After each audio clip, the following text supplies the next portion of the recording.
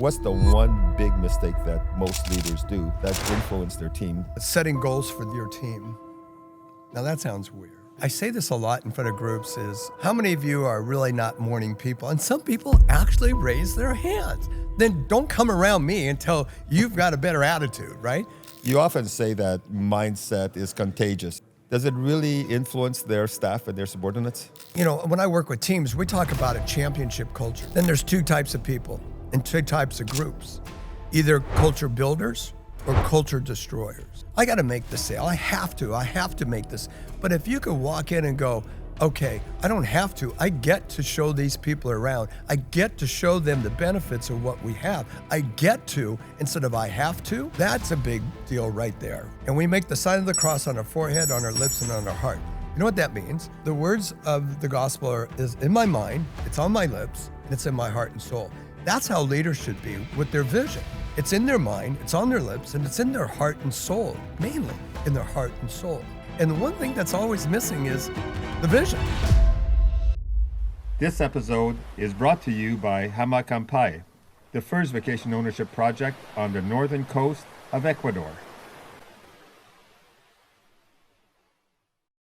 Hi everyone, my name is Gaetan Babin, and welcome to Voices of Vacation Ownership. It's where the podcast when we speak with leaders who are shaping the future of our industry. Now, each episode focuses on practical insight that helps us build stronger organizations, stronger teams, and ultimately better owner experiences. Today's guest is someone who has coached Fortune 500 executives, professionals, athletes in the NBA, NFL, and high-performing teams across the continent. Jim Madrid is a mindset coach, author, resilient expert, someone who has personally overcome extraordinary adversity, including 2 stage 4 cancer diagnoses with less than 1% survival odds. In an industry like ours, where high pressure, sales-driven, and service-intensive leadership, mindset, and team culture aren't soft skills, they're competitive advantages. And on that note, Jim, what a pleasure to have you on our podcast today, and welcome. Thanks, Gaetan. Well, you've done great. I love it. Thank you for having me. Well, it's a pleasure. We've known each other for a long time, and it's. I was really excited having you on the podcast today, especially because of your expertise. Like, you've coached top athletes, top executives. So what separates the high performers when the pressure it becomes high? What differentiates them? Mindset. I mean, it's all mindset, you know. And, you know, belief in themselves of what's possible. And I think that's where everybody, you know, and at times, you know, even though I coach it and teach it and have been for the last 30-some years, it does, it comes down to what I believe is possible that I can make happen. And I think a lot of people, you know, have doubt, past experiences and so on. My job is to help them not go back in the past. I mean, that's more psychology, which psychology's been about for the last 60 years. But most of the time, they know they're doing well, and same with organizations. They know they're doing well, but they know they could be doing better. And that's where I come in. And I apologize. Medication I'm on gives me that. I'm sorry, you guys. No, hey, you're here with me. This is great. Yeah. Let's get back to our industry, the vacation ownership. You know, leaders face a lot of rejections, sales, economic shifts, staffing shortage, rising owner expectations. You know, how should they think? How should leaders think about adversity differently? What it starts with is vision, okay? And they have to be vision driven because that's what drives them. And that's where the question that you asked is, how should they approach these things, right? Because if they don't have a strong, and that goes for all of us, if you don't have a strong vision, it's like, I didn't goal set to be cancer free. I goal set to be healthy. Cancer was in the way. So when you focus on the end result, the creativity starts to happen, right? But you have to have that strong belief and that strong vision. And you can't be giving lip service to yourself. That's the word. You can give lip service to everybody else. But when you give lip service, and meaning you don't believe it, but it sounds good, And we've all seen that. Well, you've touched on something that I know all touched us because a lot of people in the industry love Jim Madrid for everything that he is. Thank you. And when that cancer hits you, I remember going to your place and we had a really good heart-to-heart talk. But what did that whole experience teach you that leaders, in our industry could apply to themselves? Like, what did that cancer journey that you've been on? Well, I tell you what, it's like, you came down, you were on the East Coast, weren't you at the time? I think I was on our property on the East Coast. Yeah. And you came all the way to Southern California. Jim Madrid. I had to go. But there you go. That gives me chills right now, right? That you did that. And that, but you guys believed in me. Like even Paul Matimo, because that first conference after I was diagnosed was in Canada. Yep. And, when I showed up, you guys all noticed that, hey, there's something going on. Yep. But what it taught me is that, the work that I've done and that I've shared meant something to all of you. And to me, it was like, that was pay value. That's the money ball, if you will, right? Out to serve people. And I think if more leaders took that, we hear that servant leadership. But if you really looked at that, the leader's job is to help you get, here's the organization, here's where we want to go. But what part can you play in that? And how can I help you play a bigger part? The number one thing that inspires people at work is being part of something bigger than themselves. And you guys rallied around me. My family, my friends, you guys all rallied around me. And it wasn't just that you showed up for that birthday party. You showed up in many places. I know you showed up in prayers for me. And I know that you pray, for thoughts and sending energy. If you remember that party, if everybody said, the response I got back, even my brother said it, it's the most positive energy I've ever been around. And if we can create that inside an organization, hell, that's why people want to go to work. That's why, people ask me, when are you going to retire? I go, I retired 30 years ago. I'm having fun, And so if you could approach your job that way and just think, how can I make that positive impact to the people that work with me, not for me, but with me. And you can hear that in leadership. Oh, these people work for me. She works for me. He works for me. I've always said, my staff, they work with me to help me get to and achieve that vision. Absolutely. Well, just to make the record clear, I just showed up at your house because I knew you had a Steinway in the living room. That's right. That's where I went. No, seriously, It was a privilege being there. And you often say that mindset is contagious. And I've heard smile, it's contagious. But you're influenced by your surroundings. And you always say that the mindset is so contagious that the leaders that apply a positive mindset, does it really influence their staff and their subordinates? Yeah, but you're always going to have the people. You're always going to have, there's always one person in the group or several. And it could be because now we're talking about culture. Yes. Okay. And, when I work with teams, we talk about a championship culture. Okay. Then there's two types of people and two types of groups, either culture builders or culture destroyers. And so if you could be the leader that is looking to make that championship culture, Mike McDonald, the head coach for the Seattle Seahawks, this was his second year as a head coach. He's 38 years old. He created that culture, and it was infectious. Yep. And when you have that, and look, he's a young man, and he's got staff older than him. And, players are, younger than him, but he did that. So you brought that energy and that kind of positivity and optimism to the culture.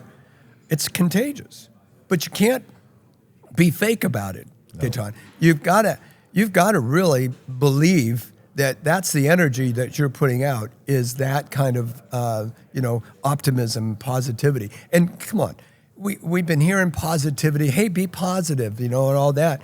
And it's not simply looking through, rose-colored glasses and looking at it. It's a more realistic approach to life. And I'd rather have that kind of outlook than a pessimistic. And Dr. Martin Seligman, in his signature book, Learned Optimism, he did all the research between optimism and pessimism. And it's evidence-based. So it isn't just we're talking being positive. The research is there now. On the stunning coast of Ecuador, something extraordinary awaits. The first registry collection project in South America. A destination where luxury meets nature. Where every sunset feels exclusive, and every moment is designed to inspire. Welcome to Jama Kempe, where you always want to come back. Well, in our industry, as you know, leadership controls the outcome of all the way down through their teams and whatnot, but the end user, our members, let's say, if I want to call them, are impacted by the mindset of the team and what they're exposed to. So if there's steps to say, imagine yourself as a leader of a sales organization, and obviously you have the best intent, you have a good product and whatnot, you want to say, let's create a very, very positive environment versus a high-pressure environment, which at times you see in sales centers. What kind of steps can a leader do to help his team, the frontline team? What kind of steps can he do to implement that culture of a positive environment and give the option to people to buy versus being sold? Right. Give them an option to say, slowly buy in their product. They bought from me. Well, first thing, hire me. That's good. Come on, I would be realistic. It's cheap. But but the thing about it is that, okay, as you've already mentioned, what I bring to the table, okay, but what if you could bottle that and bring that in? Because look, energy is everything. And it's like, okay, you come into a home field advantage, right? Why? Why does that a home field? Because you have all your fans that are creating that positive energy and supporting you, right? But you walk in, I was on the line for many, many years. I've been on those tables. I had 4 kids. I got bills to pay. I got to make the sale. I have to make this. But if you could walk in and go, okay, I don't have to. I get to show these people around. I get to show them the benefits of what we have. I get to, instead of I have to. That's a big deal right there, right? That's a big switch. But if I can make sure that you, them, and everybody else around is supporting me, look what happens. Well, sales, from my understanding, has always been sharing information of something you truly believe into. And one thing I've learned about our vacation ownerships from 30 years ago when I first started is I heard a person at the table say, financially, if you want to save money, stay home. It's probably cheaper than buying a vacation club and whatnot. Yeah. But if you take 2 exact families, same situation, same income, same job, same amount of kids, 2 boys, 2 girls, whatever it is, one decides to embark into a vacation club and commit to a vacation club, and one doesn't, the one thing guaranteed is this family will vacation and have experiences that others will never have. So an honest sales presentation, if you want to use that format, will show people the lifestyle that's going to happen that you go. But mistakes are done sometimes because you see the rah, let's go get him and whatnot. That's not really a positive mindset, is it? No, that's lip service, right? That's the motivational stuff. And hey, we all need to be motivated, but I can't motivate you, and sales managers can't motivate people. I got to have that internally. I've got to be able to have that internally. I've got to come. I say this a lot in front of groups: is how many of you are really not morning people? And some people actually raise their hands. Then don't go to work until noon. In fact, don't come around me until you've got a better attitude, right? But I'll give you an example of that. This is a few years ago, working at a property in Mexico, and I was staying there for a few days, and I was in the shuttle, and I met this elderly couple, And I asked them how they liked the resort. They said liked it, but this is our first time visiting. And the salesperson told us that our first visit, we get to use the presidential suite. Well, there is no presidential suite, okay? But people hear, the mind hears what it chooses to hear. The mind sees what it chooses to see. So salespeople, you have to watch the words that you use, okay? So I said to him, got to know them, then we went out to breakfast and the next day, and he told me he had been just retired. He had 34 pharmacies in the Midwest and sold all them, but what he was really proud of, his name was Bob, he had this barn. He used to go big game hunting in safaris, and he'd bring the heads, and schools will come in and take a look at it, and they'd bring their children in, and wow, they all get that, right? But he was there with his son-in-law and daughter and their 2 kids. Son-in-law and daughter and the 2 kids are having the time of their life. So he said, oh yeah, this was an investment. And I said, well, it is an investment. He goes, yeah. He said, I can get my return on my money and blah, blah, blah. And I go, well, then that was wrong. Yep. Okay. But, I'm looking out there.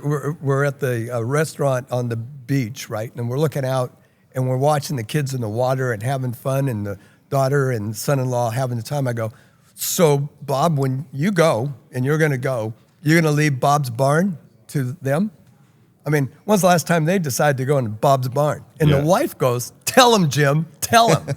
And so I went on that. Long story short, he went back in, bought 30 grand worth of more timeshare.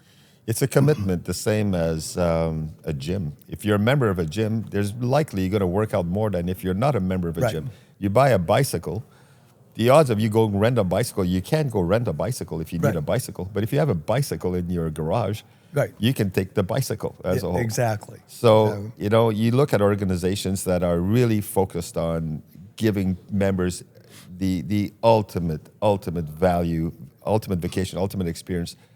But then you see those that maybe make mistakes along those way. And if you could identify, and it usually has to do with the mindset, comes from the top. The leadership comes from the top. So what's the one big mistake that most leaders do that influence their team, frontline team? I think it's, setting goals for your team.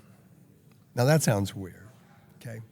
Because data shows that the people that achieve their goals, and that takes a while to do it, right? And they have to go through some stuff. And the reason why they're able to push through is because they have that mindset. They have that end result in mind, and it's embedded in their minds. We in the Catholic Church, when we go to church, and the priest is going to say the gospel according to Mark or Luke or whatever, and we make the sign of the cross on our forehead, on our lips, and on our heart. You know what that means? That the words of the gospel is in my mind, it's on my lips, and it's in my heart and soul. That's how leaders should be with their vision. It's in their mind, it's on their lips, and it's in their heart and soul, mainly in their heart and soul. And if they could do that and they can portray that and be, one of the things that we do with leadership is ask them to do some exercises in different situations, situational leadership. And we ask them to say, okay, here's what we're going to do, blah, blah, blah, and this is the end result. And the one thing that's always missing is the vision. And if you can get more people locked on to what the vision is, then, and it's not a vision mission statement. That is so passé, right? I don't walk into the grocery store to buy a gallon of milk and say, wait, first off, I'd like to see your vision mission statement before I buy anything. And how many times do the employees walk through the back halls stopping at the vision mission statement and read it? No, they don't. But if I could say that, you as a leader can say it from your heart and soul, and you can talk to it all the time, now I have a chance to say, okay, me as a staff member, salesperson, marketing person, whatever, I can now attach what I want to achieve personally and professionally to the organizational goals. And that's what a leader, speed of the leader, speed of the team. Well, experiences, being in the industry as long as I know I've seen and that you've been, you wish that the end consumer could see the interactions the passion that we're trying to do as a community to improve our product, to give consumer even better value, to give them better experiences. Is my son and I, as an example, we're big F1 fans.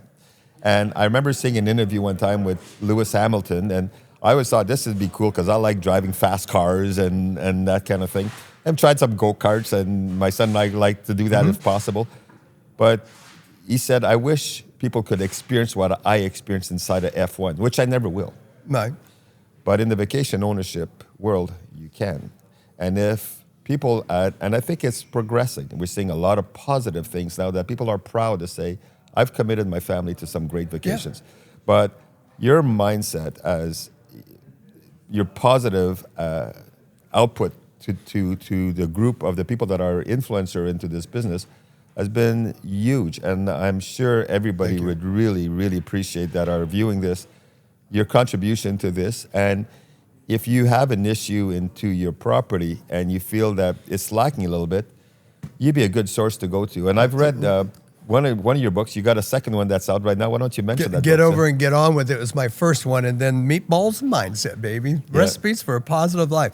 And now I wrote this because of what I've gone through in Mindset. And the goal of this book was to have it, people go through this and see what my story is and how I approached, what I was going through and my mindset through it. And even on the dark days, right?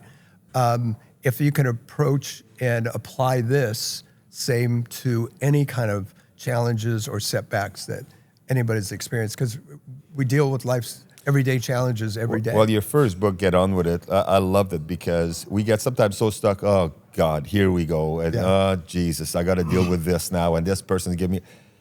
Get on with it. And I love it. Get over it, actually, get on. It's been... By the way, every election, every 4 years, I post that up the day after the election. I don't care who get voted in. Get over it and get on with it. It's like, come on. And here we thought in the industry that, now he's done a cookbook on meatballs. No. It's not a cookbook. No, it's a cookbook for your brain. Now, how did I come up with so I was writing a book before I got sick. I was writing the book based on all the, helping sports. The 7 Fundamentals of Mental Toughness program that I wrote years ago. And so I was writing a book called It's All About Mindset. Then I got sick and sat back and started journaling, but it hit me with the mindset that I was approaching with, right? Look, stage 4 pancreatic cancer, take it as a death sentence or an opportunity to triumph. Yeah. And I chose the latter. And now that took work. And so all that's in here. So there was the choice I got to make, right? And then as I got to writing this about a year and a half ago, my friend that has a restaurant in Laguna Niguel, Angelina, Bottega Angelina's up there on the hill, beautiful Italian restaurant.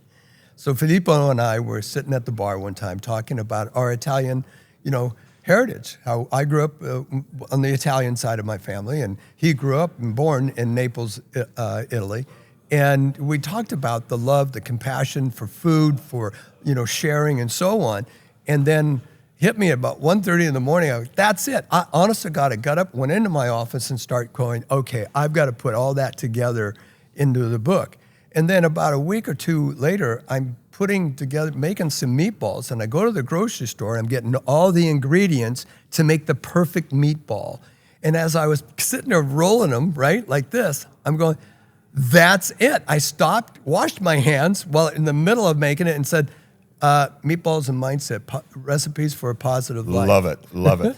Well, I always get something talking to you, Jim. I feel energized. I feel great. And I just wish I had a little Jim Madrid beside me all the time. Well, we're working on that, by the way. We're working on that. We're working on that in an AI, voice activated. We're working on it. That's coming. I can't wait to see it. Yeah. And I'm sure everybody out there has appreciated Jim's output. He's just one of the great leaders in our industry. So any final words, Jim, before we... Gaetan, you and I hang around as, 15 years now or so? And you say, you and I could get together any place in any kind of, experience that we've had, whether it be here at GNext conferences or, on properties at CARTA meetings and so on. Doesn't matter, golf, especially golf. we create that. You know, you and I always, and you do that too. And that's what attracts me to you, and that's what attracts me to you too. It's like we generate, and that's who going through this whole thing, I just want to surround myself with those kind of people. I do not need, nor does anybody need drama in their life. And at some point, you just got to make that cut. If they just can't see it, it doesn't do you any good. So surround yourself with that positive energy, people that want to support you, and you can support them. Well, thank you so much, Jim. It's Thanks been for having a real me, pleasure, too. as always, talking with you. And I'm sure everybody's got something out of this interview. Jim Madrid is just one of the greatest leaders in the industry. So thank you for watching. We look forward to our Ned podcast. Thanks you for watching, and have a great, great travel life. Bye-bye. This episode is brought to you by Hamakampai, the first vacation ownership project on the northern coast of Ecuador.